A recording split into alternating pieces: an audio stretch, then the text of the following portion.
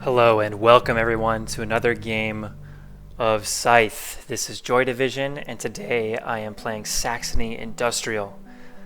Saxony Industrial is an absolute fireball of a combo. It has amazing potential and this game is sure to be an exciting one. It's only 3 players, which means my combat options are limited. Thankfully, both of these opponents have bases that I'm able to river walk into. I can cross through lumber and through iron, both of which will take me into their starting territories. So should it be a very defensive game, I'll still have a way in. My combat cards are pretty bad. I've got amazing objectives though. So when you think about what stars you're going to plan your gameplay around, as Saxony, you have to evaluate your likelihood of combat and the completability of your objectives. So I know I've got 2 objectives in the bag. That's an amazing start. If I add the mech star and the worker star to that, I'm already at 4. That means with 2 fights, I can be going home on top in a very, very quick finish to this Scythe game. So my game plan with Industrial is pretty simple. I try to get a speed mech early and get to my first encounter. I've tried to play around with taking it slower, getting an upgrade or 2, to make sure that I get that consistent triple move as an ability. But I tend to find more success going for the quicker move to see what that encounter holds. I can then place my next few moves around the resources that I find here. No matter what, I'm going to do the 1-1 split so that I continue to work towards my mech star and my worker star. Alright, let's see what we get here. Option 3 is very good. I'm able to take 2 resources of my choosing while also getting 2 coin.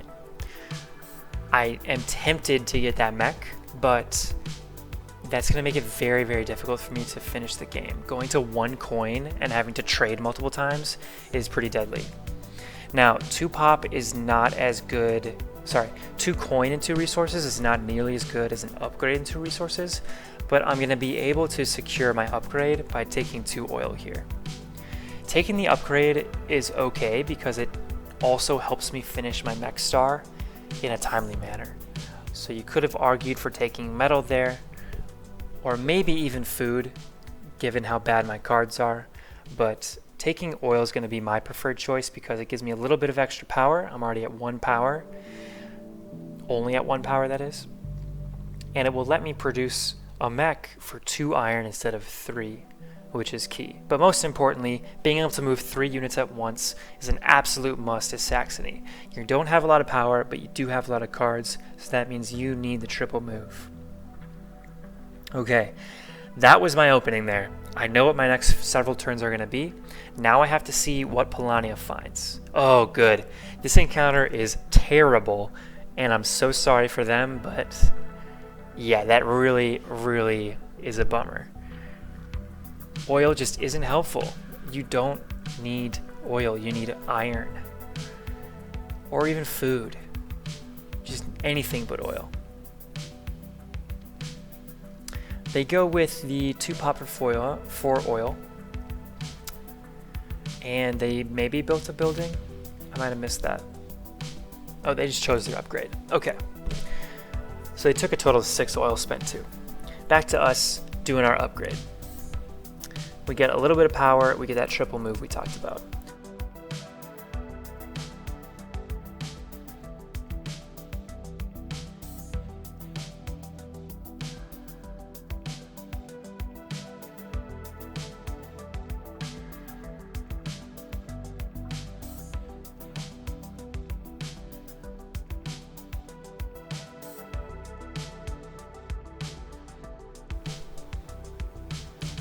So looking at Crimea, this is not typically the movement I see, but I'm excited to see where it leads. We build our second mech. This means we're going to be able to leave our base, and one of my favorite things to do as a Saxony player is to transplant my workers to the middle of the board. I like to completely abandon my home base and just go for center territory. This allows me to take some really valuable positions after producing compared to staying home. So watching Polania, they're doing the best they can with the oil that they got, and they are moving themselves onto the lake. Now this is good news for me because that means that I'm going to be able to fight them by the time they're able to get on the factory. So that's going to be a vulnerable position that they still need to take, and I'll be able to meet them there. Crimea loading up hard on the iron tile. Just going all in on metal there. Perhaps it's a defense move to make sure they're not split too thin, but you can still accomplish that while spreading out your workers to the food. They do have an enlistment though, and they're looking at their encounter now. I think you maybe have to take option 1 here. I'm not sure what they'll go with. Okay, they go with the lumber. That's interesting to me. We'll see what they do with it. Okay, so trying to move and set up for our next produce. We are going to go with the 8 workers and 2 metal by just spreading out and claiming an encounter using underpass. Underpass is like one of the coolest abilities in my opinion. I just love how it opens up the board, gives you some really interesting options. Okay, nice. So we can take the 2 metal that we need here. We really needed 2 more metal, and that's one way we can do it. So I don't want the worker, but I do want the iron. Nice. So even though I'll get to 8 workers on my next produce, I can simply bottom row out for my final produce and avoid the tax of pop that I don't have. Okay, that's a second mech to Polania, and that's a lot of iron for Crimea. I wish I had Riverwalk right now, but I just have to sit here and produce. Get to 8 workers, which is amazing because it's only turn 8. So I can now spread out turn 9. That's super fast. We are looking at a really, really quick game if I get a few fights here. And I've definitely got the opportunity with Polania moving out now. And I'll have to make sure my cards can back me up because I've only got 4. I have no enlistments, so I have no cards coming my way. I've got to make every fight count. A skill that's really difficult to develop in this game is figuring out how to handle your combats as Saxony. You're hiding information from other players in terms of what cards you have, and you really have to wager like when it's okay to spend power and when it is not, how many combats you actually need to win the game, and how many you're bluffing. So it's a constant game of trying to get other players to drop in power while you maintain yours, or going all out at the right moment to get that crucial star that you needed. So Crimea built Scout. Usually I smile when that happens because that means I'll have like 3 more rounds of play where I'm running around the map and they are just stuck at home. But you'll also notice they have a lot of lumber. So it's a little scary because they might be out here sooner than I anticipated once I saw that they built a scout mech. Alright, I'm going to get that factory under control, and I'm also going to surround the shore. Never mind, I'm going to just fight Polania twice. This will ensure that I get one of my 2 combat stars. Because if I go low on both, I'll definitely win one since I break ties here. I'm going to obviously save the... Oh! They threw no card. Just a 1. They wanted a new card. Okay, I'm going to go all out. This is a must win for me because I can max them out.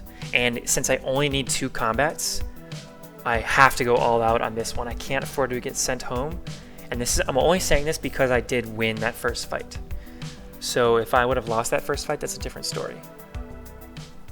They ask you how you are, you just have to say that you're fine when you're not really fine, but you just can't get into it because they would never understand. Oh my gosh. Okay. For those of you that didn't catch that, Polania sat still for like 9 minutes before leaving the game, which is unfortunate, but a little funny.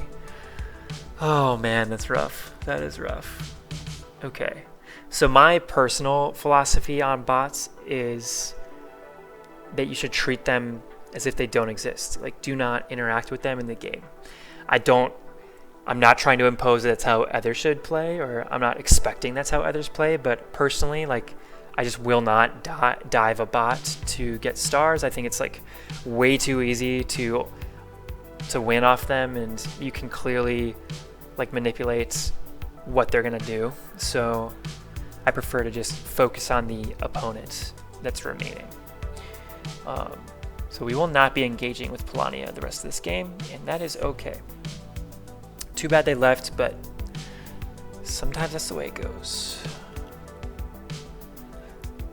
Okay, so we're going to do that bottom row action to finish our mech.